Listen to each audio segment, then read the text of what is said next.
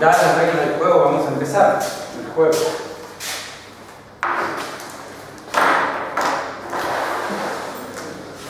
Bien, entonces, de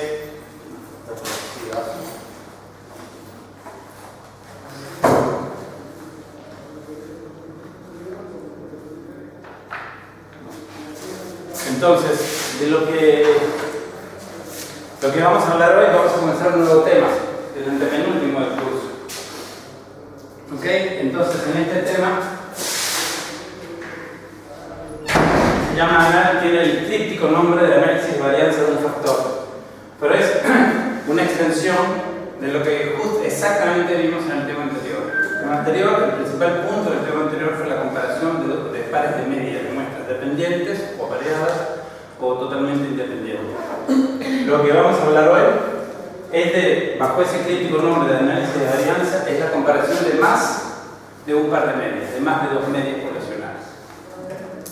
Entonces, este tema consta de dos teóricos y de un práctico.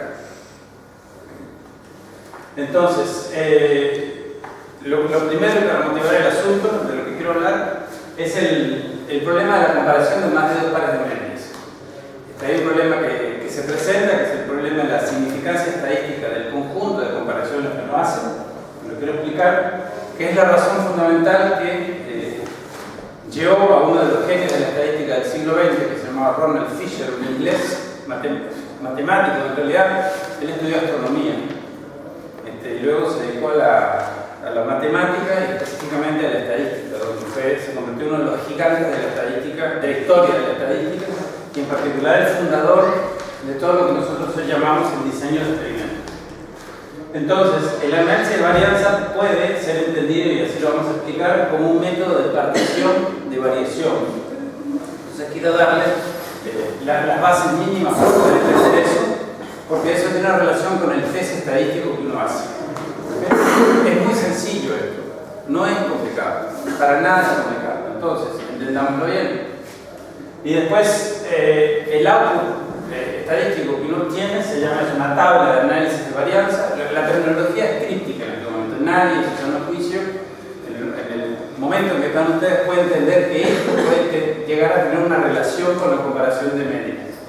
Pero aguántenme un segundo y esto se va a aclarar aquí también. Entonces, como output estadístico se obtiene una tabla de análisis de varianza que debemos interpretar, porque ese es el resultado del análisis. Entonces, el problema de la comparación en el tema anterior, nosotros estuvimos discutiendo, o sea, aquí se estuvieron discutiendo el problema de la comparación de dos pares de medidas. Teníamos dos sitios, por ejemplo, donde se midía la concentración de un metal, teníamos la concentración de calcio en el suelo y se comparó las medias poblacionales de Roche y Maldonado para saber si había o no una diferencia entre ambas. Ese fue el ejercicio fundamental, o los dos ejemplos utilizados en el tema anterior. Entonces, si hay solamente dos medias poblacionales, pues yo puedo hacer nada más que una comparación. Las comparaciones se hacen todas de pares. Entonces, ese problema fue resuelto mostrándoles a la vez cómo se hacía el test para muestras, para comparación de medias de muestras independientes, y se mostró la relación con el modelo lineal general. Y ese modelo lineal general lo fue formulado en la clase anterior de esta forma, en el cual tenemos la variable de respuesta continua, que tiene distribución normal. En aquellos ejemplos era la concentración del suelo, la concentración de calcio en el suelo, o era la concentración de metal en el suelo. Es una variable continua de distribución normal. Cualquiera que ésta sea en su área de aplicación, lo que esto supone que esta variable continua que tiene distribución normal, eso se va a explicar, ese es el sentido de este signo de igualdad, en términos de un modelo que es lineal. Este modelo lineal tiene la media poblacional, presente mu, alfa sub i, que es la diferencia entre la media del grupo I y la media global. Es decir, en el ejemplo en el cual teníamos concentraciones de calcio, que sea la variable Y la concentración de calcio, fijarlo correctamente, entonces mu es la concentración de calcio, como así nos gustan los químicos, la concentración de calcio en el suelo en todos los niños, si ponemos juntos a los departamentos Rocha y Maldonado, todos los niños de los dos departamentos Rocha y Maldonado, si yo muestreara a todos esos niños, conocería el verdadero valor de este parámetro poblacional, que es la concentración promedio de calcio de todos esos niños. ¿Bien? Eso es lo que significa. Alfa sub I, que está ahí indicado en esta ecuación, es la diferencia entre la media del grupo I y la media global. ¿Cuál es el grupo I? Bueno, tenemos dos. I en este caso es 1 y 2, entonces 1 por ejemplo es Maldonado, el 2 por ejemplo es Rocha. Entonces esto es, ¿cuánto difiere? Esto es, ¿qué es mu sub I? Si yo muestrara a todos los niños del departamento de Maldonado, tomar una muestra de suelo y midiera la concentración de calcio, yo conocería el valor de este parámetro poblacional. Es cuánto difiere la concentración de calcio en el suelo de todos los niños de Maldonado con respecto a todos los niños, si quieren, de la región este o del departamento de Rocha más Maldonado. Es cuán distinto es Maldonado de ese conjunto general. Y equivalentemente, alfa sub 2 sería cuán distinto es la media, esto sería la media poblacional de Rocha, cuán distinto es esa media poblacional de Rocha con respecto a la media poblacional, si quieren verlo así, de la región o los dos departamentos juntos. ¿Me explico? Es cuán distinto, cuán diferente es cada departamento de los otros dos. El tercer término de esa ecuación es ese epsilon y j, son errores aleatorios que tienen distribución normal con media cero y varianza sigma cuadrada. Voy a utilizar esto en la explicación, por eso lo menciono aquí. ¿Sí? Estoy recapitulando lo que ya me comenté. Entonces, es evidente que en este caso, o sea, yo estoy comparando concentraciones de media, estoy comparando promedios de concentraciones de calcio. Bueno, lo estoy haciendo entre dos departamentos. Bueno, eso es un caso particular que puedo tener, por ejemplo, las concentraciones, yo puedo querer generalizar esto y poder comparar, por ejemplo, si tengo 19 departamentos, poder comparar las concentraciones de calcio en el suelo de los niños de los 19 departamentos, porque es solo para dos. Es un caso absolutamente restrictivo. Entonces, la pregunta que se uno hace, supongamos si tuviéramos 19 departamentos, es, bueno, ¿por qué no puedo hacer todas las comparaciones de pares posibles? O sea, Artigas contra Salto, Artigas contra Paysandú, Artigas contra Río Negro, Artigas contra Flores, Artigas contra Maldonado, Artigas contra Cerro Largo, después voy, Salto contra Paysandú, hago todos los pares posibles. Lo que se puede demostrar, o sea, haciendo meramente una cuenta, que el número de pares posibles es esa cantidad de tipo 6, k por k menos 1 sobre 2. Ese es el número de comparaciones de pares que puedo hacer si tengo k grupos.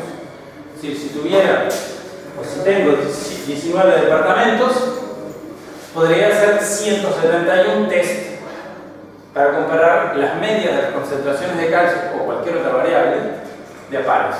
Artigas contra Salto, Artigas contra Cerro Largo, Artigas contra La Valleja, Maldonado contra esta, Maldonado contra todos los 18, Artigas contra los otros 18, Rivera contra los otros 18. Bueno, ese total son 171 test, que es una cantidad que, digamos, a nivel de fuerza bruta, bueno, uno simplemente lo puede hacer. Eso no representa conceptualmente ningún problema. El problema es que, ¿se entiende? O sea, fuerza bruta, repito, el mismo procedimiento 171 veces. Nosotros lo hicimos solamente para dos, bueno, que lo hicimos solamente para comprar dos departamentos, hicimos un test, bueno, nos quedan 170. Pongamos a trabajar y podemos eventualmente llegar a la conclusión. ¿Se entiende? Entonces, para estos, supongamos que hicimos el primero de esos 171 test, ¿ok? Y trabajamos para ese primer test, trabajamos con un nivel de significancia del 5%, como solemos hacer, alfa igual a 5%. Entonces, la probabilidad de no cometer el error de tipo 1 es 1 menos alfa. Alfa es la probabilidad de cometer el error, 1 menos alfa es la probabilidad de no cometer dicho error. Entonces, la probabilidad de no cometer el error de tipo 1, que ahí está expresado, es de no rechazar una hipótesis que es cierta, o sea, de tomar una buena decisión, es entonces 1 menos alfa sub 1. ¿Me sigue? ¿Sí? Ok. Supongamos que hacemos el segundo test. este fue, por ejemplo, Maldonado comparamos Maldonado y Rocha. En este segundo test, por ejemplo, sería Rocha contra Cerro Largo, por ejemplo. Hacemos el segundo test y en ese segundo test también trabajamos con un nivel de significancia del 5% y la probabilidad de no cometer el error de tipo 1 es de nuevo 1 menos alfa, 1 menos alfa. En este caso le puse 2 porque es el segundo test. ¿Me siguen? ¿Sí? Y puedo hacer exactamente lo mismo a las 171 veces. Bien.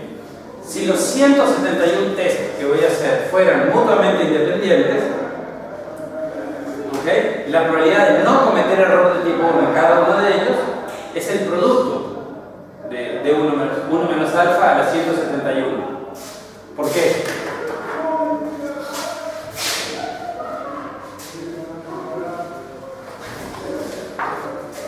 Nosotros sabemos, hago un pequeño paréntesis recordatorio del tema 3. Cuando dos eventos, sean A y B, sean eventos, la probabilidad de A intersección B, es decir, la ocurrencia simultánea de ambos, si los dos eventos son independientes, es la probabilidad de ocurrencia de A por la probabilidad de ocurrencia de B. Si y solo si los eventos son independientes. ¿Me siguen? ¿Recuerdan eso? Bien. Entonces, lo que estoy diciendo es que para el primer test, la probabilidad de no cometer error de tipo 1 es 1 menos alfa sub 1. Para el segundo test es 1 menos alfa sub 2. Y esto hasta 1 menos alfa 171. ¿Sí? Si los tres fueran independientes, la probabilidad de no cometer error de tipo 1, o sea, de tomar la buena decisión en los 171 test, es esto. ¿Sí? Dado que trabajé en cada test por el mismo nivel de significancia, esto evidentemente es 1 menos alfa a la 171.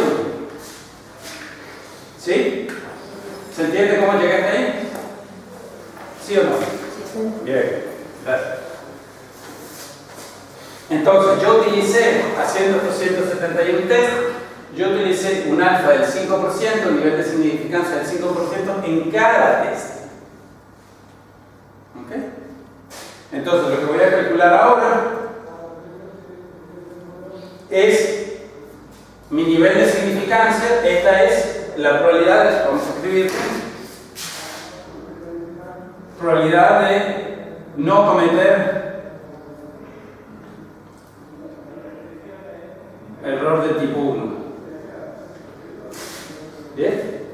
En todos los test.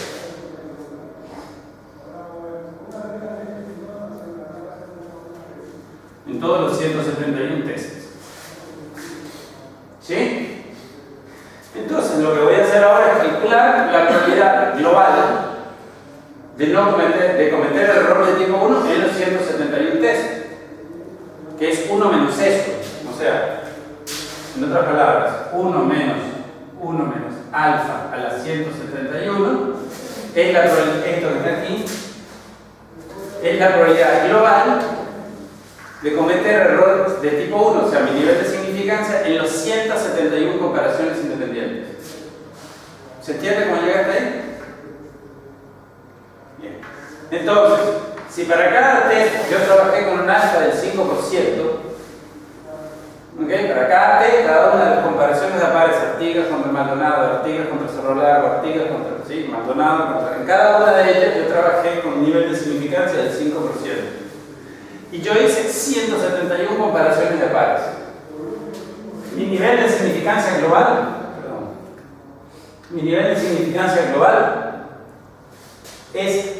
no es 5%, sino bastante cercano a 1. Es decir, tengo la certeza de globalmente, la casi certeza globalmente, de equivocarme en las decisiones.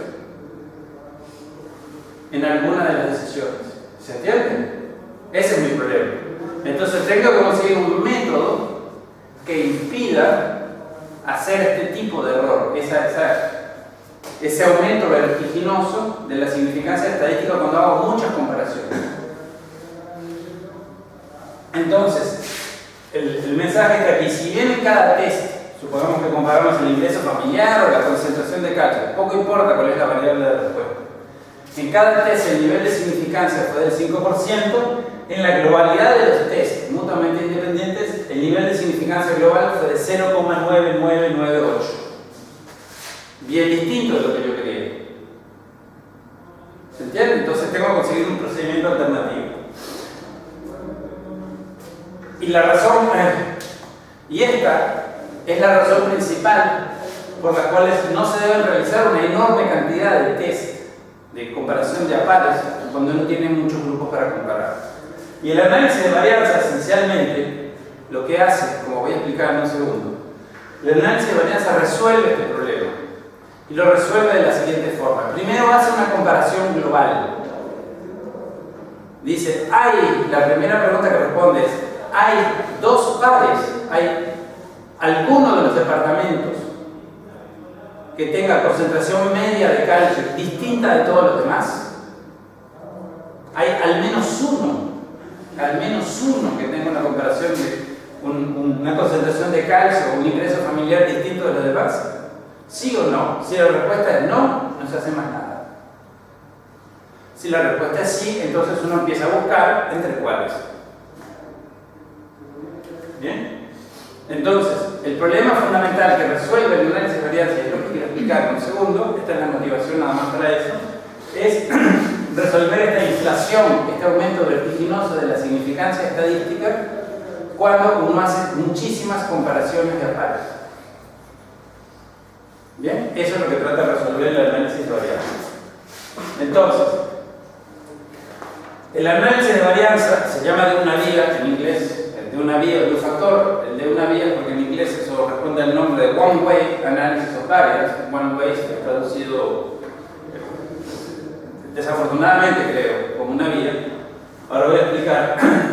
Este test es una generalización del test de T para comparación de dos medias independientes. O de forma alternativa, uno puede decir que el test T es un caso particular del análisis de varianza cuando hay solo dos grupos. ¿Ok? Pueden considerar el análisis de varianza una vía como una generalización del test de T cuando hay más de dos grupos, o el test de T como un caso particular del análisis de varianza cuando solo hay dos medias poblacionales que deseamos comparar. Ambos tests hacen lo mismo, comparan medias poblacionales. Hacen exactamente lo mismo. ¿Bien?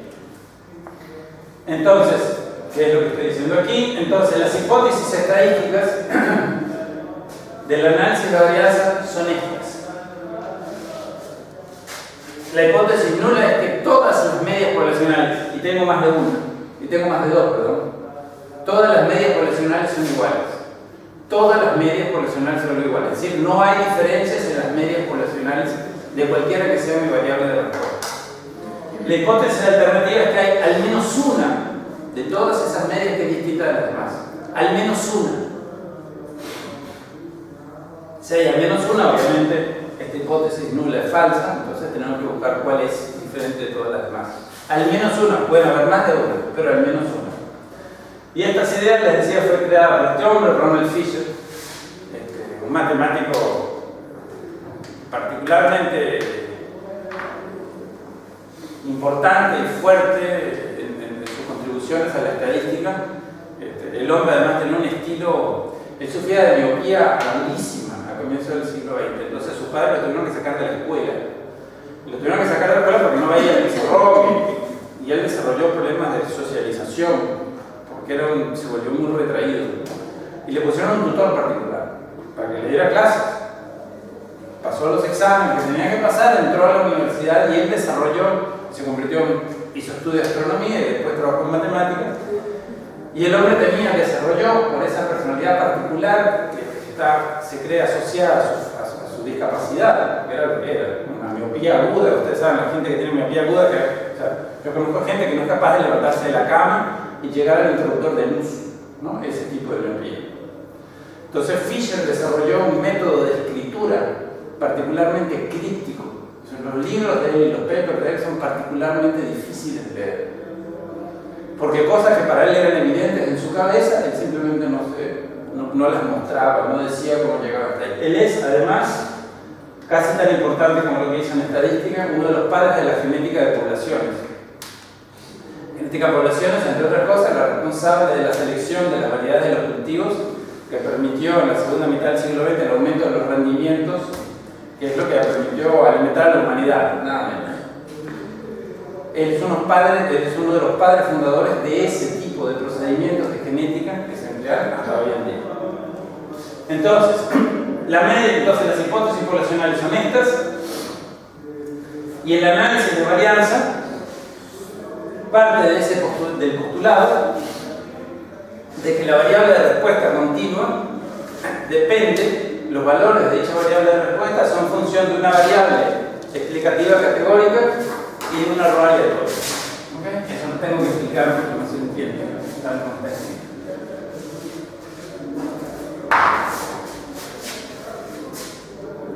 Bien, lo que está diciendo es que esta variable de respuesta es función de una variable explicativa categórica, que es esta. Esto denota los grupos, estos I denotan los grupos, y es lo que les decía antes, cuánto se diferencia la media de un grupo de la media global. ¿Okay? Entonces, esto es una variable continua que tiene distribución normal, y esto es una variable categórica. Entonces estamos explicando una variable continua en función de la pertenencia de una observación a diferentes grupos definidos por esta variable categórica. Eso es lo que vamos a hacer. Estamos explicando una variable continua en función de la pertenencia de esa observación a diferentes grupos o categorías. Eso es lo que vamos a hacer. Y ahora lo voy a mostrar. ¿Bien? Y este último término que está aquí decía que tiene distribución normal con media cero y varianza sigma cuadrada.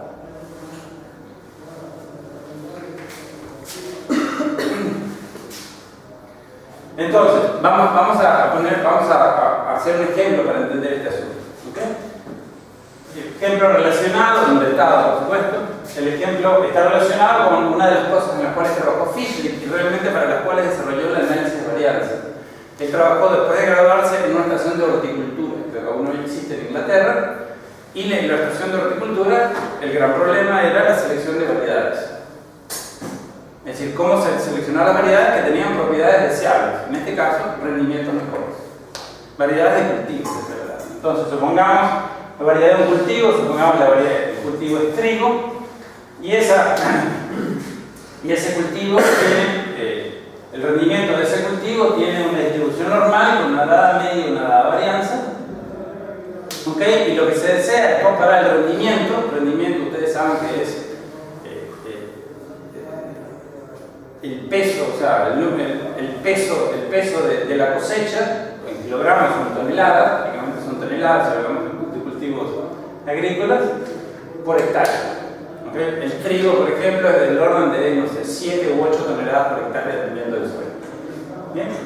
Entonces, se desea comparar el rendimiento de una variedad de trigo en 3 tipos de suelo. ¿Okay? Se desea ver en qué suelo funciona mejor esta variedad. Después haremos lo mismo con todas las otras variedades y decidiremos qué recomendarle al agricultor. Y los 3 tipos de suelos son estos: arcilloso, arenoso, arcilloso y limoso. Y en cada suelo simplemente tenemos 10 parcelas. Para hacerlo simple, 10 parcelas de 1 hectárea, las sembramos todas de la misma forma, con la misma variedad de trigo, y nos ponemos a ver, bueno, cuáles son las diferencias. Entonces, ahora lo explico. He aquí los datos. Entonces, tenemos datos, tenemos 10 parcelas en cada suelo. Tenemos entonces 3 tipos de suelo. ¿Me siguen? Entonces, estos son los datos que hay en el suelo arenoso, estos son los datos que hay en el suelo limoso. Como ven, obviamente no todas las parcelas en cada tipo de suelo tienen el mismo rendimiento, eso es perfectamente esperable, no hay ninguna razón para que todas sean exactamente iguales.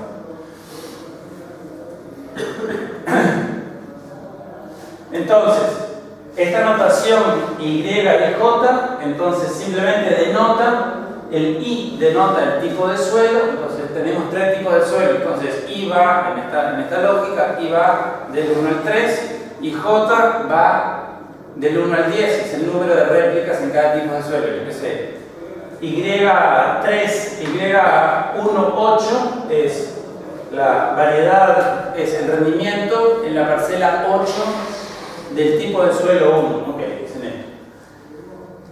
Simplemente es una forma de identificar a qué la parcela particular dentro de cada uno de los grupos, en este caso definidos por tipos de suelo. ¿Sí? Bien. Entonces, otra cosa que podemos hacer, simplemente tenemos los datos, hacemos, como ustedes ya saben, estadística descriptiva. ¿Ok? Y calculamos el promedio en cada uno de los tres tipos de suelo, ¿no? O sea, este 9,9 es el promedio de todos estos datos en el suelo arenoso, este 14,3 es el promedio de todos estos rendimientos en el suelo arcilloso, perdón, glutinoso. Disculpe, ¿sí? Y también puedo calcular, sin ningún problema, el promedio, o bien, lo puedo hacer de dos formas, o el promedio de estos promedios, me da 11,9, o simplemente agarro todos estos datos y calculo su valor promedio. Es el promedio global. En ambos casos me da lo mismo. Me dio 11,9. ¿Sí? Entonces, lo que se ve aquí es que hay suelos, por ejemplo, el primero, el arenoso, cuyo rendimiento promedio es menor que el promedio global. Y hay suelos, por ejemplo, el último, el limoso, cuyo promedio es ligeramente superior al promedio global. ¿No? Como se dice siempre, hay personas que están por encima del promedio, o suelos que están por encima del promedio, o suelos que están por debajo del promedio. Bueno, es eso. Entonces, el modelo estadístico que se ajusta aquí es donde la variable dependiente tiene distribución, que es el rendimiento, tiene distribución normal, la variable explicativa continua es mu sub i, así definido, que varía con el tipo de suelo. Y tenemos tres tipos de suelo. Y dentro de cada tipo de suelo, los rendimientos, como les decía, de estas 10 se llaman réplicas. Idealmente me gustaría que fueran exactamente iguales, pero nunca lo son exactamente iguales. ¿Por qué no? ¿Por qué pueden no ser exactamente iguales? Si todos estos son suelos arenosos, ¿por qué pueden no ser iguales? ¿Qué razones habría para que estas no fueran exactamente iguales unos a otros? Estos rendimientos no fueran iguales unos a otros. Causas externas. ¿Cómo cuáles? Vamos a ser más concretos. Sí, la respuesta es sí. Como, claro, clima, insectos. Ya va, clima poco probable. O sea, poco probable sí. Típicamente hacemos esto, tenemos estas parcelas en localidades relativamente cercanas. De hecho, si posible, contiguos. Entonces es poco probable que llueva mucho en este campo y en el de al lado nada, ¿no? ¿No? Probablemente es la misma lluvia. Probablemente es la misma lluvia y temperatura. Bueno, ¿qué otras cosas? Pero el ataque de otros agentes biológicos que reducen el rendimiento. Es posible. Además, fíjense, aquí dijimos que el suelo es arenoso. Pero no todas las arenas son iguales, ustedes saben eso, ¿no? Hay arenas más gruesas y más finas, ¿no? ¿Sí o no? Nuestras playas acá tienen todas arenas muy finas, que retienen mucha agua. Vayan a Rocha y van a encontrar en las playas más oceánicas arena, en general, cuanto más lejos se vaya, arena más gruesa, que retiene menos el agua. Por ejemplo, ¿sí? Nadie dijo que la cantidad de, por ejemplo, ¿qué otra cosa afecta al rendimiento de un cultivo? Las plagas. Las plagas, ok. Ganó ella. ¿Qué más? ¿Qué otras cosas? El sol, la sombra. El sol, la sombra, bueno, puede ser. ¿Qué más? ¿Qué otra cosa necesita una planta para crecer, por Dios? Nutrientes, eso. Bueno, nadie dijo que en todas estas parcelas hay exactamente la misma cantidad de nutrientes. No lo sabemos, de hecho. ¿Sí? Supongamos que son parcelas de una hectárea. Nadie dijo, lo podemos medir, pero bueno, no existe ninguna garantía. Entonces aquí estamos explicando, dentro de todas esas variables que afectan al rendimiento Rendimiento de trigo, nosotros estamos seleccionando una para explicar eso, que es el tipo de suelo clasificado en forma gruesa en estas tres categorías. ¿Se entiende? ¿Se entiende lo que estamos haciendo? Bien. Entonces, la variación total de los datos se divide en dos cosas. Se divide en la variación entre los tres tipos de suelo, que es algo que yo puedo explicar. Es decir, si yo veo que hay una diferencia sistemática entre los suelos, que puedo decir después, por lo que sé de nutrición de plantas, del crecimiento de los cultivos, yo puedo explicar esas diferencias. Pero hay dentro de cada tipo de suelos, entre esas 10 réplicas que yo les estaba mostrando, hay variabilidad. Y variabilidad, que es lo que estamos comentando, por razones que yo no puedo explicar. En todo caso, no con las variables introducidas en este análisis. No lo puedo explicar. Entonces, se hace una partición de la variación. ¿Ok? Este es un diagrama de cajas en el cual simplemente represento, si quieren, tomen esta línea gruesa como la media, la mediana, pero tómenla como la media. Entonces se ve que hay diferencias de medias. O esto sugiere, mejor dicho, que hay diferencia de medias entre los cultivos. ¿Bien? Bien, y que hay una variabilidad dentro de cada cultivo que no es exactamente igual, fíjense, entre todos. No es exactamente igual. No dije que fuera diferente, pero no es necesariamente igual. Entonces, yo puedo explicar las diferencias entre estas medias, porque sé las diferencias entre los tipos de suelo, pero no puedo explicar las diferencias dentro de cada cultivo, representada aquí.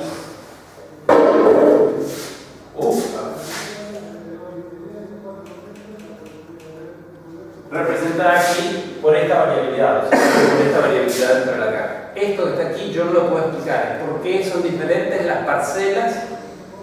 Las diferencias que hay entre las parcelas del suelo arenoso, o la diferencia que hay entre las parcelas del suelo arcilloso. Eso yo no lo puedo explicar, pero lo que sí puedo explicar es las diferencias entre los tipos de suelo. Eso sí. Entonces, la variación total de los datos se divide en una variación total. Esta es la media global. Esta expresión, que es lo que denota cuánto se diferencia cada valor de la tabla anterior de la media global. ¿Okay? La media global aquí indicada por aquel 11,9, ¿recuerdan? La media global aquí indicada en esta línea roja. Es cuánto se diferencia, esto que está aquí se está denotando, son esas líneas verticales, cuánto se diferencia cada observación, el rendimiento de cada parcela de la media global. ¿Me siguen? Bueno, hay una variación dentro de cada tipo de suelo, que es esta. Yo tengo 3 tipos de suelo, si recuerdan bien, había 3 medias. 3 rendimientos promedios. ¿Sí? Si quieren vuelven un segundo para atrás, pero no, tú lo tienes. Dime cuál es el rendimiento para anotarlo. 9,9 de arenoso. 9,9. Arcilloso 11,5. Y limoso 14,3. Y la media global era 11. 11,5.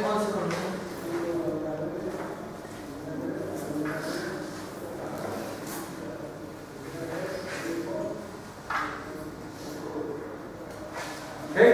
Estas eran las medias que habíamos obtenido en la tabla anterior. Entonces, lo que se está aquí representando es dentro de cada tipo de suelo, está la media de cada tipo de suelo, hay variabilidad de los valores de cada parcela con respecto a su media, a la media de cada tipo de suelo. ¿Sí? Esto es lo que típicamente caracterizamos a través de qué, por ejemplo. ¿Cómo caracterizamos? ¿Qué estadístico me denota la variabilidad con respecto a la media? Eso, claro, la varianza o la desviación estándar, cualquiera de los dos me sirve, ¿no? Eso denota, recuerdan la expresión, eso denota cuánto se diferencia cada valor con respecto a la media. Bien. Y hay entonces una variación entre tipos de suelos. Aquí estoy nada más representando, fíjense. Estoy aquí nada más representando las medias de cada suelo. Aquí estoy, ahí en ese último diagrama estoy representando el 9,9, el 11,5 y el 14,3. Y estoy representando cuánto se diferencian de la media global, 11,9. Hay algunos suelos por debajo del promedio, hay algunos suelos por arriba del promedio global. El rendimiento promedio, lo que está diciendo es el rendimiento promedio de los suelos arenosos está por debajo del promedio global de esos suelos que fueron ensayados, y el rendimiento promedio de los suelos limosos está por arriba del promedio global de esos suelos que fueron ensayados. ¿Se entiende? Bien. Ok. Esto fue. Y esto es lo que quiero mostrar, es la suerte de paradoja, por eso lo pongo entre comillas, del análisis de varianza. El análisis de varianza sugiere que uno compara varianzas, pero el objetivo de todo esto, como yo les dije, es comparar medias, no varianzas. Entonces, la paradoja del análisis de varianza es que uno compara medias a través de la comparación de varianzas. Eso tengo que explicarlo, por eso que es paradójico el nombre. ¿Okay? Pero la razón por la cual se hace todo eso es por esta partición de la variación de los datos. La variabilidad total se divide, lo que voy a mostrar en la siguiente diapositiva, en la variabilidad dentro de cada grupo y entre las medias de los grupos y la media global. ¿Okay? Entonces hay un paréntesis algebraico patrocinado por uno de nuestros sponsors que permite mostrar, o que intenta mostrar, cómo la partición de la variación total es la suma de la variación entre más la variabilidad dentro de grupos. ¿Okay? Estas son las fórmulas finales a las cuales voy a llegar. Entonces estas son las fórmulas finales a las cuales voy a llegar, es decir, estas son las mismas fórmulas que estaban en la diapositiva anterior. ¿Cuánto se diferencia cada parcela de cada cultivo de la media global? Esta es la variabilidad total. Y esto, fíjense aquí, es cuánto se diferencia cada media, la media de cada cultivo de la media global. O sea, la media del suelo arcilloso, o sea, el 9,9 del 11,9, el 11,5 con respecto a 11,9, ¿sí? Y lo que quiero mostrar es que efectivamente esta variación total se puede descomponer en esto más esto. ¿Okay? Eso es lo que voy a mostrar. Entonces, lo que voy a hacer para eso, lo que se hace, yo no lo inventé, ojo, yo no inventé nada, esto proviene de Fisher y de otros después de él, pero la idea original es de Fisher. Lo que voy a hacer es que voy a agarrar este primer término, ¿ok? Y le voy a añadir y sustraer la misma cosa.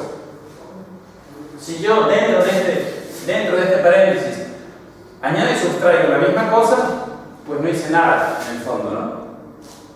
Bien, entonces voy a añadir y sustraer este término, ¿ok? Y al hacerlo no cambia la igualdad, añadí y sustraje el mismo término. Y bueno, se cancela y volvemos al punto inicial. Bien, y esto se puede rearreglar, simplemente sigue estando todo al cuadrado, entonces lo que hice fue que rearreglé, ¿ok? Pasé, por ejemplo, este término restando de este y este término con respecto a este otro, ¿sí? Rearreglé álgebra de primer año del liceo, rearreglé los términos y me queda todo eso elevado al cuadrado. Entonces lo que es igual a este término, ¿okay? Que es, recordemos, ¿cómo se hace un polinomio álgebra de segundo año? A más b al cuadrado, ¿cuál es eso? ¿Cómo eso equivale a qué? Al cuadrado más a b al cuadrado. Exactamente. Álgebra de segundo año. Bueno, eso es exactamente lo que pasó aquí. El primer término al cuadrado más dos veces el producto, bueno, producto del primero por el segundo más el cuadrado del segundo. Bueno, a menos b al cuadrado es esto. Bien. ¿Sí? Es eso, no hice nada más que eso. Entonces, bueno, fíjense que ahí casi tengo lo que les dije que iba a ser el resultado. Para eso lo que necesito demostrar, fíjense, esto tiene la variación dentro de cada grupo, la variación entre las medias de los grupos y la media global. Lo que me queda es demostrar que este término intermedio que está ahí es igual a 0. ¿Sí? Fíjense, todo esto está, son Lo que tengo aquí son tres términos, sumados o restados, una composición aditiva. Entonces, para demostrar que la variación total es igual a esto más esto, lo que tengo que demostrar es que este término intermedio es igual a 0. ¿Me siguen? Entonces, no voy a hacer el álgebra, pero decidí hacerlo de una forma más simple, que es agarrar un ejemplo muy banal, inventado. ¿Ok? Entonces, el ejemplo muy banal inventado es que tengo 3 grupos y 2 réplicas, o sea, 2 valores por grupo. Es aquí mis datos. Convenientemente elegidos, créanme que los 2 datos del grupo A son 2 y 4 para tener una media de 3, fácil de calcular, 4 y 6 para el grupo B para tener una media de 5 y 7 y 9 para tener una media de 8, para hacerlo simple. Y esta es la media de las medias, ¿no? La media de estos 3 valores, 3, 5 y 8 me da 7,5. ¿Me siguen? Entonces lo que quiero demostrar es que este término voy a aplicar este término intermedio a estos datos para mostrar que es igual a 0. Hasta por la vía del ejemplo, no por la vía de la demostración. ¿Sí? Entonces, vamos a agarrar el grupo A. Entonces, es el valor 2, que es el primer valor del grupo A, menos el valor de su media, multiplicado por 3, que es la media del grupo A, menos la media global. O sea, esto es. ¿Bien? Y hago lo mismo para el grupo B. Y hago lo mismo, este es para este primer valor 2. Y hago lo mismo para el segundo, que es 4 menos la media del grupo, por 3 menos 7,5, que es la media del global. ¿Sí? ¿Me siguen? Entonces estoy simplemente aplicando esto para la primera columna de aquí. Entonces, cuando lo hago, lo que me doy cuenta es que eso es igual a 0. Saco esas cuentas con este ejemplo numérico simple. Saco esas cuentas y eso me da igual a 0. La razón por la cual me da igual a 0 es porque la suma, este término de aquí, las sumas de las desviaciones de cada valor con respecto a su media son todas iguales a 0. Si ustedes recuerdan, el tema 1, esa fue la razón por la cual la varianza se decían las desviaciones cuadráticas, para cancelar las desviaciones positivas y negativas, para impedir que las desviaciones negativas y positivas se cancelaran. Entonces, lo que estoy sugiriendo por la vía de un ejemplo, es que este término intermedio es igual a 0.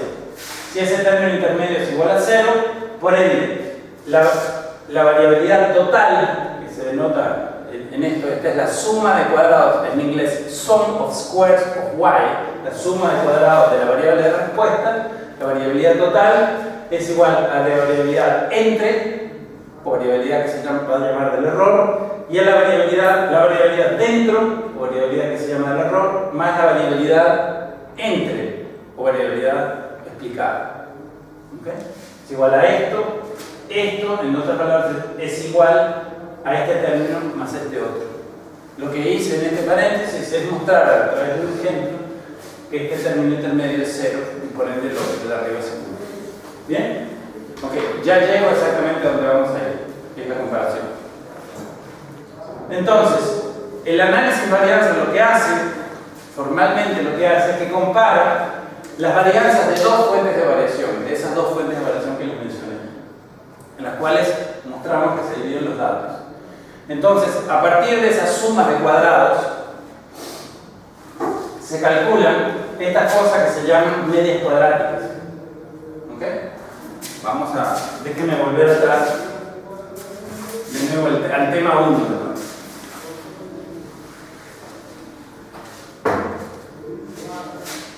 La expresión de una varianza, ¿cuál es?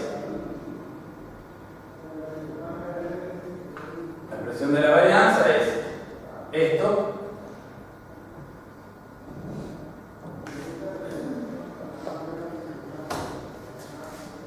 ¿sí? Bueno, ¿qué es esto? Bueno, hay dos términos, uno en el numerador y otro en el denominador. En el numerador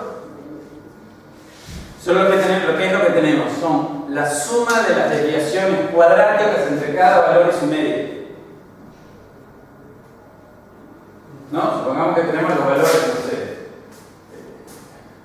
1 y 3 para tener una media de 2, ¿sí? Entonces eso es 1 menos 3, 1 menos 2 elevado al cuadrado más 3 menos 1 elevado al cuadrado, ¿no? Es la suma de las desviaciones cuadráticas de cada valor con respecto a la media. ¿Sí? Trivial. Y lo que tenemos en el denominador es el número de datos, menos 1. ¿Ok? Entonces esto se compone de lo que se llama una suma cuadrática o de desviaciones cuadráticas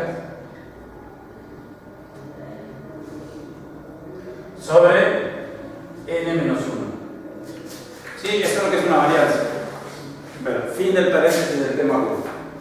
Entonces, lo que estoy mostrando aquí es que este término que está acá, que es una varianza, se compone de unas sumas cuadráticas en el numerador por algo que tiene que ver con el número de datos.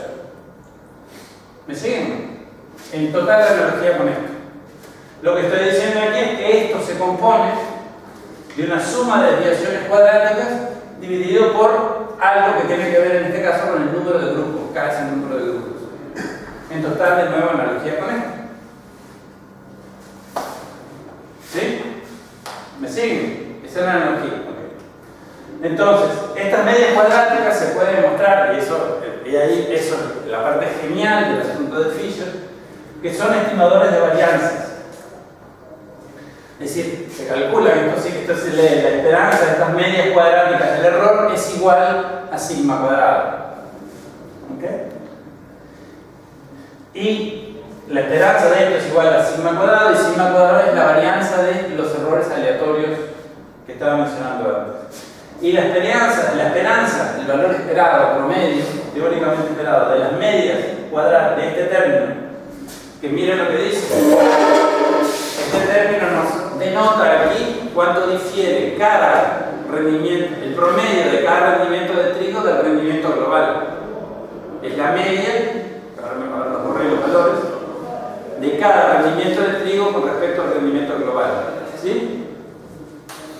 Entonces, se puede demostrar que este segundo término tiene este valor. Entonces, se compone de dos elementos, fíjense. Se compone de la varianza del error más otra cosa. ¿Sí? ¿Se entiende? Más otra cosa. ¿Y qué es esa otra cosa? Bueno, ¿cuánto difiere cada media de la media de las medias? ¿Cuánto difiere el rendimiento del suelo arcilloso con respecto a la media global de 12,9? Es esto lo que dice aquí. ¿Sí? Fui yo. Eso para que todo el mundo estuviera despierto, incluyendo. ¿Ok? En otras palabras, ms sube la media cuadrática, se lo pongo, las abreviaciones se las pongo como están en inglés, porque así lo van a ver en los libros que ustedes lean. La media, mean squares of the error, medias cuadráticas del error, estima las varianzas de los epsilon, el último término del modelo que hablábamos, que esto es la varianza no explicada. Esto estima entonces la variabilidad dentro de rendimiento dentro de cada tipo de cultivo, dentro de cada suelo. Esto refleja la variabilidad dentro de cada, la parte no explicada, es cuánto se diferencia cada parcela de su media según el tipo de suelo. Cuánto se diferencian las parcelas del suelo arcilloso de la media del suelo arcilloso. Cuánto se diferencian las parcelas del suelo arenoso de la media del suelo arenoso. Eso lo puedo estimar. Eso está estimado por este término. Y la otra, mean squares among, medias cuadráticas entre grupos, se llama, es este término. Estima dos cosas, estima una suma de dos cosas. Lo mismo que lo anterior, más las diferencias entre las medias, que es debida a los diferentes tipos de suelo. Y el test del análisis de varianza es este. Es un cociente entre dos varianzas. ¿Okay? Es un cociente entre dos estimadores de varianza. Es un cociente entre dos estimadores de varianza. ¿Bien? Entonces, razonemos por un segundo. ¿Cómo podría ser este segundo término que está aquí igual a 0?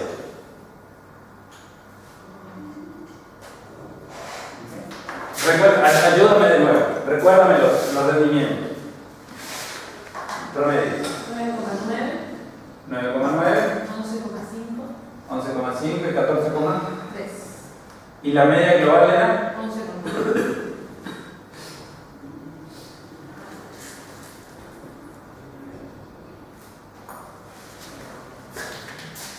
Bien, está claro que este segundo término simplemente lo que hace es que compara 9,9 con 11,9 y lo eleva al cuadrado. Después 11,5 menos 11,9 y lo eleva al cuadrado. Después 14,3 menos 11,9, ¿sí?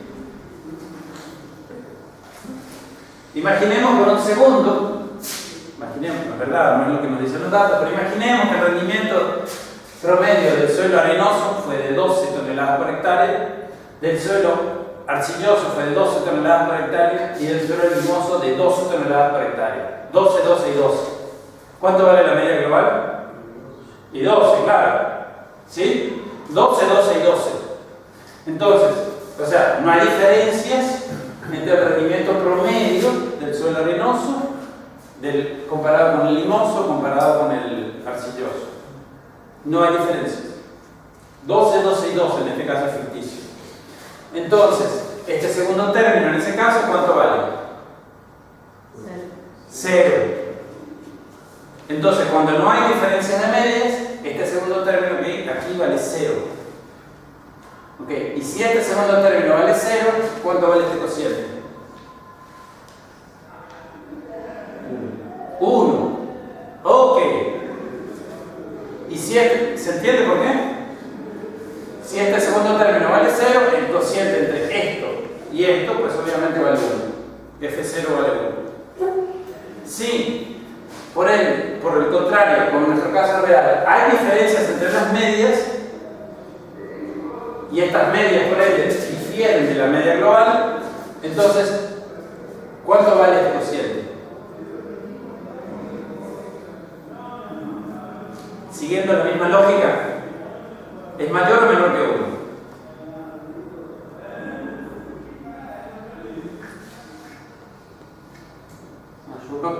Ok, imaginen por un segundo que este término que está aquí vale 4, por decir algo.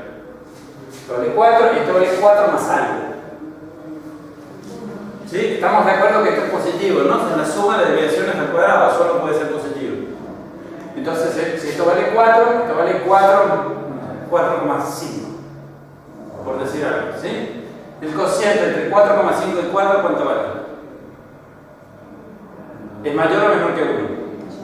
Mayor que 1, ok. Entonces, si hay diferencias entre las medias, si esto no es 0, este cociente va a ser mayor que 1.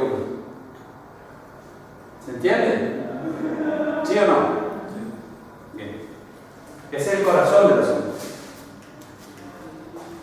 Entonces, recordemos las hipótesis estadísticas, que aquí un dibujo posible. La hipótesis nula, si la hipótesis nula es cierta, las tres medias poblacionales del rendimiento del cultivo son iguales. No hay diferencias entre las medias, por eso aquí las puse en tres colores, correspondientes una para cada tipo de suelo. Las tres medias son iguales. Esta es la distribución suponiendo la hipótesis nula cierta. Y esta que está aquí es un posible caso de la hipótesis nula alternativa siendo cierta. Es decir, que una de las medias es distinta de las demás. Podrían ser las tres distintas entre sí. ¿Sí? Esta es una posible ilustración. ¿De acuerdo? Bien. Entonces, lo que que acabamos de discutir es esto que se está tratando de mostrar así. Si las medias poblacionales, perdón, si las medias, los Y barra, las medias de rendimiento, las medias de rendimiento en cada tipo de suelo son bastante similares entre sí, este segundo término es igual a 0 y el cociente es bastante cercano a 1. Si las medias son bastante diferentes entre sí, este cociente va a ser mayor que 1. Entonces, ¿qué quiere decir esto? Comparando dos estimadores de varianza, podemos testear si las medias de los grupos difieren entre sí. Ese fue el genio del amigo Fisher, Ronald Euler Fisher. Estuvo ahí. Comparando dos estimadores de varianzas, que los obtuvo después de demostrar que hay una partición de la variación, comparando dos estimadores de varianza, se detecta si las medias de los grupos difieren entre sí. Aquí no, aquí sí. Ese es el asunto, eso es lo genial del asunto, eso es lo paradójico. Y uno dice, yo voy a hacer un análisis de varianza, y sí, uno va a comparar varianza, pero lo que realmente está haciendo en el fondo es comparando medias. ¿Sí? ¿Me siguen? Entonces, volvamos al problema inicial. El álgebra y los cálculos hace la computadora, pero lo que hace la computadora es que implementa estas fórmulas que yo les dije. Entonces, al menos quiero que ustedes desarrollen una comprensión intuitiva de lo mismo. Entonces, volvamos al caso original. Tenemos aquí los datos, tenemos la media global, y la media de cada tipo de cultivo. Entonces, lo primero que hice, como corresponde, hice un gráfico de medias, donde grafiqué la media más o menos el error estándar. ¿Sí? Bueno, ¿y qué es lo que sugieren esos datos? El gráfico, ¿qué es lo que les sugiere a ustedes? Ok, ¿hay alguna que sea particularmente, que luzca más particularmente diferente de las otras? El limoso, ¿sí? Crudamente hablando. Yo sé que no son intervalos de confianza, son errores estándar, pero no se sobreponen, son bastante separados entre sí. Estas barras de error, que no es un intervalo de confianza, estas barras de error no se sobreponen con ninguna de las otras. Eso sugiere que podría haber una diferencia de medias. Sugiere. Bien, entonces voy a recomendar, por eso les decía que la computadora hace el álgebra de todos los casos. Voy a recomendar, voy a estadísticos, medias, y aquí voy a análisis de varianza de una vía o de un factor. Un factor es una mejor traducción que una vía. Una vía no quiere decir nada. ¿Bien? Bien. Ok. Entonces, aquí me hace entrar la variable de respuesta, que se llama rendimiento en este conjunto de datos, y la variable que define los grupos. Porque les decía, estamos explicando una variable continua, que es el rendimiento del cultivo, en función de la pertenencia o no a grupos, definidos por tipos de suelo. En este caso, la variable que define suelo, que define los tipos de suelo, se llama convenientemente suelo. ¿Okay? Entonces, el conjunto de datos que aquí tenemos, hago un ejemplo aquí muy simple. Entonces, lo que entramos se llama suelo, rendimiento. Bien, entonces aquí hay suelos arenoso, y el valor 6, 10, bla bla bla. Tenemos aquí todos los suelos arenosos, después viene arcilloso. Y empieza, y el último valor del arenoso sí fue 11, y aquí el primer valor es 17, y esto continúa hasta el último valor que es 13. Aquí se dicen todas las veces arenoso. ¿Sí? Identifica cada uno de estos valores a qué tipo de suelo pertenece. Nada más. Bien, entonces hago esto en la recomendas y obtengo esto. Es una especie de anticlímax, porque no es fácil interpretar. Bien, entonces vamos por detalle. Primera cosa que nos da, vamos a empezar, cuando uno tiene algo, un output de este tipo, uno tiene que empezar por entender, es mejor empezar a interpretar lo que no entiende. Y lo que sí entendemos, obviamente, es esta parte de aquí, que son estadísticos descriptivos, que son medias, desviaciones estándar y tamaños de muestras por cada tipo de suelo, ¿sí? Esto es obviamente fácil de interpretar. Pero el corazón de la interpretación de esto está en esta tabla. ¿Okay? Que es la tabla de análisis, que se llama tabla de análisis de varianza. Okay, entonces vamos por partes. Lo primero es que se formularon las hipótesis estadísticas y como en todas estas hipótesis se supuso la hipótesis nula cierta, o sea, se supuso que no había diferencias de medias. Bien. Después se calcularon los valores estimados de los parámetros poblacionales que se estaban comparando. Están aquí las series. ¿Sí? Cada una de estas medias muestrales se estima a la media poblacional de los suelos arcillosos, del rendimiento de los suelos arcillosos, la media poblacional de los suelos, del rendimiento de trigo de los suelos limosos. ¿Sí? El tercer término, lo siguiente que se hizo, que se calculó el estadístico del test suponiendo H0 cierto. Es decir, se supuso que no había diferencias de medias y se calculó este estadístico. Este estadístico que se compone de este cociente entre estos dos términos, entre estas dos medias cuadráticas, es decir, entre esos dos estimadores de varianza. Entonces vamos a entenderlo. ¿Ok? Primero, aquí, ¿qué es lo que está en esta tabla? Primero les aparece una cosa que se llama suelo. ¿Qué es suelo? Es la variable explicativa de nuestro modelo. Nosotros estamos explicando el rendimiento en función de la pertenencia o la influencia del tipo de suelo en el rendimiento. Y lo otro que tenemos se llama residuales o errores. Parte no explicada. Entonces se calculan, por formas que lo voy a explicar después, estas cosas que están aquí que se llaman grados de libertad. ¿Cuántos tipos de suelo tenemos? 3. Bueno, okay, 3 menos 1, 2. ¿Okay? Y esto que está aquí se lo voy a explicar después porque hay 27. Te lo explico después. ¿Bien? Pero la computadora lo hace. Bien. Después nos da una cosa que se llama sum SQ. Sum of squares. Suma de cuadrados.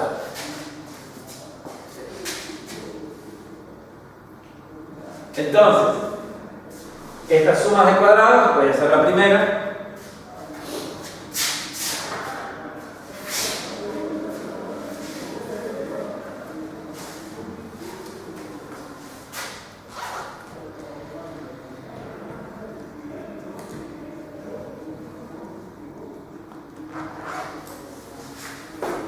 Es esto. ¿Cuánto se diferencia cada media? La media de rendimiento de cada tipo de cultivo de la media global. Elevado al cuadrado, parámetros de otros términos. Pero grosso modo es esto. ¿Sí? Que es, como les decía, como acabo de borrar, el numerador de un estimador de varianza. ¿Sí? ¿Sí? Entonces, esto que está aquí, sigo hacia la derecha, este 49,6 es el cociente entre estas sumas de cuadrados y este número, y esta cosa que tiene que ver con el número de datos, el número de grupos. Entonces, 49,6 es el cociente de 99,2 y 2. 99,2 entre 2 da, yo divido rápido, 49,6. ¿Sí? En forma análoga, la expresión para esto es un poco más complicada, se la puedo poner. Si ustedes dividen 11,685, perdón, 315,5, pero dividen por 27 da esto.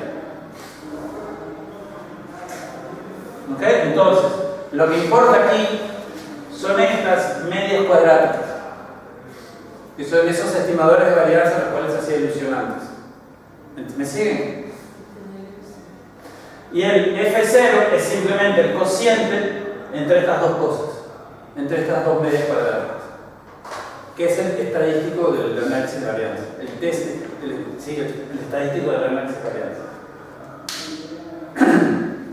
Entonces, si la hipótesis nula fuera rigurosamente cierta, ¿cuánto se esperaría que valdría este valor, este cociente, perdón, F0? Si fuera cierto. 1. Ya habíamos decidido que era 1. Bien. Entonces, ¿qué es lo que nos dice esto?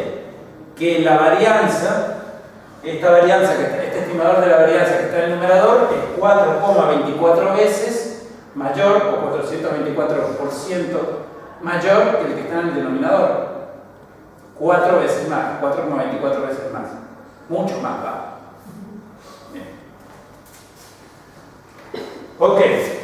Se calculó el test, si recuerdan, estos son los pasos que siempre les dije que se hacen cuando se hace un test estadístico.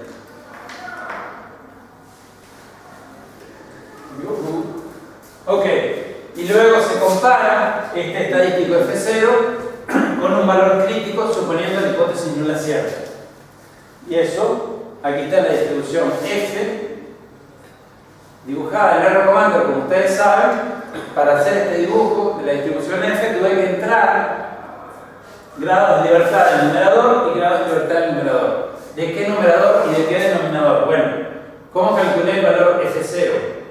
Haciendo el cociente entre esto y esto, ¿verdad? Entre estas dos medias cuadradas. Bueno, ¿cuáles son los grados de libertad del numerador? 2. ¿Y de la varianza que está en el denominador, cuántos son los grados de libertad? 27. ¿Sí? Bien. Entonces, esta es la distribución de probabilidades F suponiendo H0 cierto.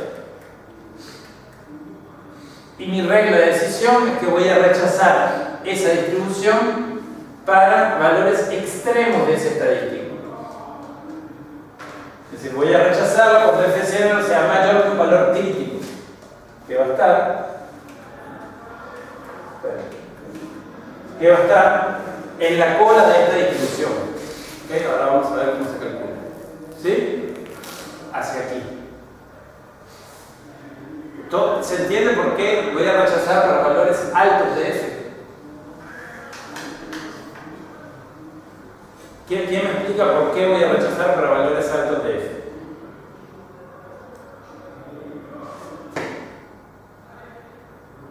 ¿Ah? Porque cuanto más de uno valga, Sí. va a decirte que las medidas son diferentes. Exactamente. Permíteme volver un segundo para atrás y mostrar que sí. Para que este cociente sea mayor que 1, este término tiene que ser muy importante. Estas medias de cada grupo tienen que ser muy diferentes de la media global. Entonces, para que la hipótesis nula es rigurosamente cierta cuando este término vale 0 y este cociente por ende vale 1. ¿Sí? Entonces yo voy a rechazar para valores de F0 muy grandes. F nunca puede ser negativa, ni puede ser menor que 1 de paso. No puede ser menor que 1. O sea, si yo estoy haciendo, por Dios, si yo estoy haciendo el cociente X más algo positivo sobre X, pues este cociente solo puede ser mayor que 1. ¿No? Bien, entonces yo voy a rechazar para valores de F muy altos y positivos, porque eso va a querer indicar que la hipótesis nula es cierta, y eso va a estar indicado porque hay diferencias entre las medias de un grupo y la media global. ¿Me siguen? Bien.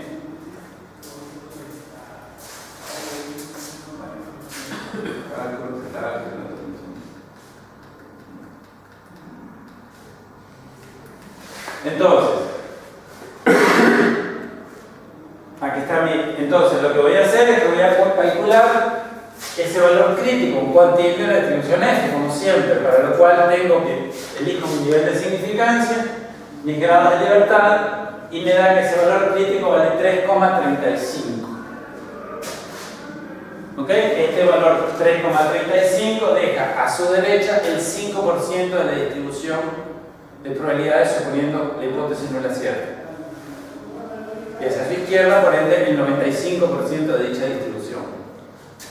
Entonces, la regla de decisión es, si mi F0 es mayor que mi valor crítico, yo rechazo H0, rechazo la hipótesis nula. ¿Qué decido en este caso? Se rechaza. Mi valor crítico es 4,24, aunque soportará una raya en la pared, está acá. Está bien en la zona de rechazo. ¿Sí? ¿Me siguen? Bien. O de forma alternativa, calculé la probabilidad que deja ese valor 4,247, ese valor de F0, y ese valor de F0 deja a su derecha 2,5% de la distribución. ¿Sí? Que es más pequeño, el p-valor este que calculó, es más pequeño que nuestro nivel de significancia. La otra forma de tomar la misma decisión. ¿Se dan cuenta? En lugar de comparar, en lugar de calcular el valor crítico y de utilizar esta regla de decisión, ustedes pueden comparar este p-valor con el nivel de significancia escogido. ¿Recuerdan? Eso es lo que les estaba... ¿Sí? ¿Me siguen? Entonces, el quinto paso de todo análisis, de todo test estadístico es interpretar la decisión en términos del problema planteado. La conclusión estadística es estrictamente se rechaza la hipótesis nula. ¿Qué decía la hipótesis nula? Que las medias son iguales. ¿Qué decía la hipótesis alternativa? Que al menos una es distinta. Bien. Entonces, con un nivel de significancia del 5%, al menos una de las medias de rendimiento del trigo es significativamente distinta de las demás. Al menos una. Todavía no hemos dicho cuál, solo hemos dicho al menos una. Bien, entonces, la magia, cuasi magia de este asunto, es que lo que estamos haciendo en este test es comparando varianzas. Pero el objetivo fundamental del test es comparar medias. Y eso es lo que parece paradójico cuando uno por primera vez se encuentra con esto. Entonces, lo que después tenemos que ver, y es parte del siguiente teórico, es cuál de esas medias. Concluimos que las medias de los rendimientos de trigo son diferentes. Al menos una es distinta de las demás. Lo que tenemos que saber ahora es cuál. ¿Ok? Y esa es parte de lo que vamos a ver más tarde. Entonces, ¿hay preguntas sobre esto hasta aquí? Entonces, de lo que hablamos hoy es el problema de la motivación fundamental de la existencia de la análisis de varianza, que es la inflación, el aumento vertiginoso del nivel de significancia, cuando uno hace muchas comparaciones de a pares, que el análisis de varianza se basa intelectualmente en la partición de la variación en dos fuentes, una explicada y una no explicada, y lo que se obtiene cuando se hace el test es la tabla del análisis de varianza y la interpretación. ¿Okay? Eso es lo que se obtiene. Bien, entonces, ¿preguntas? ¿Preguntas? No.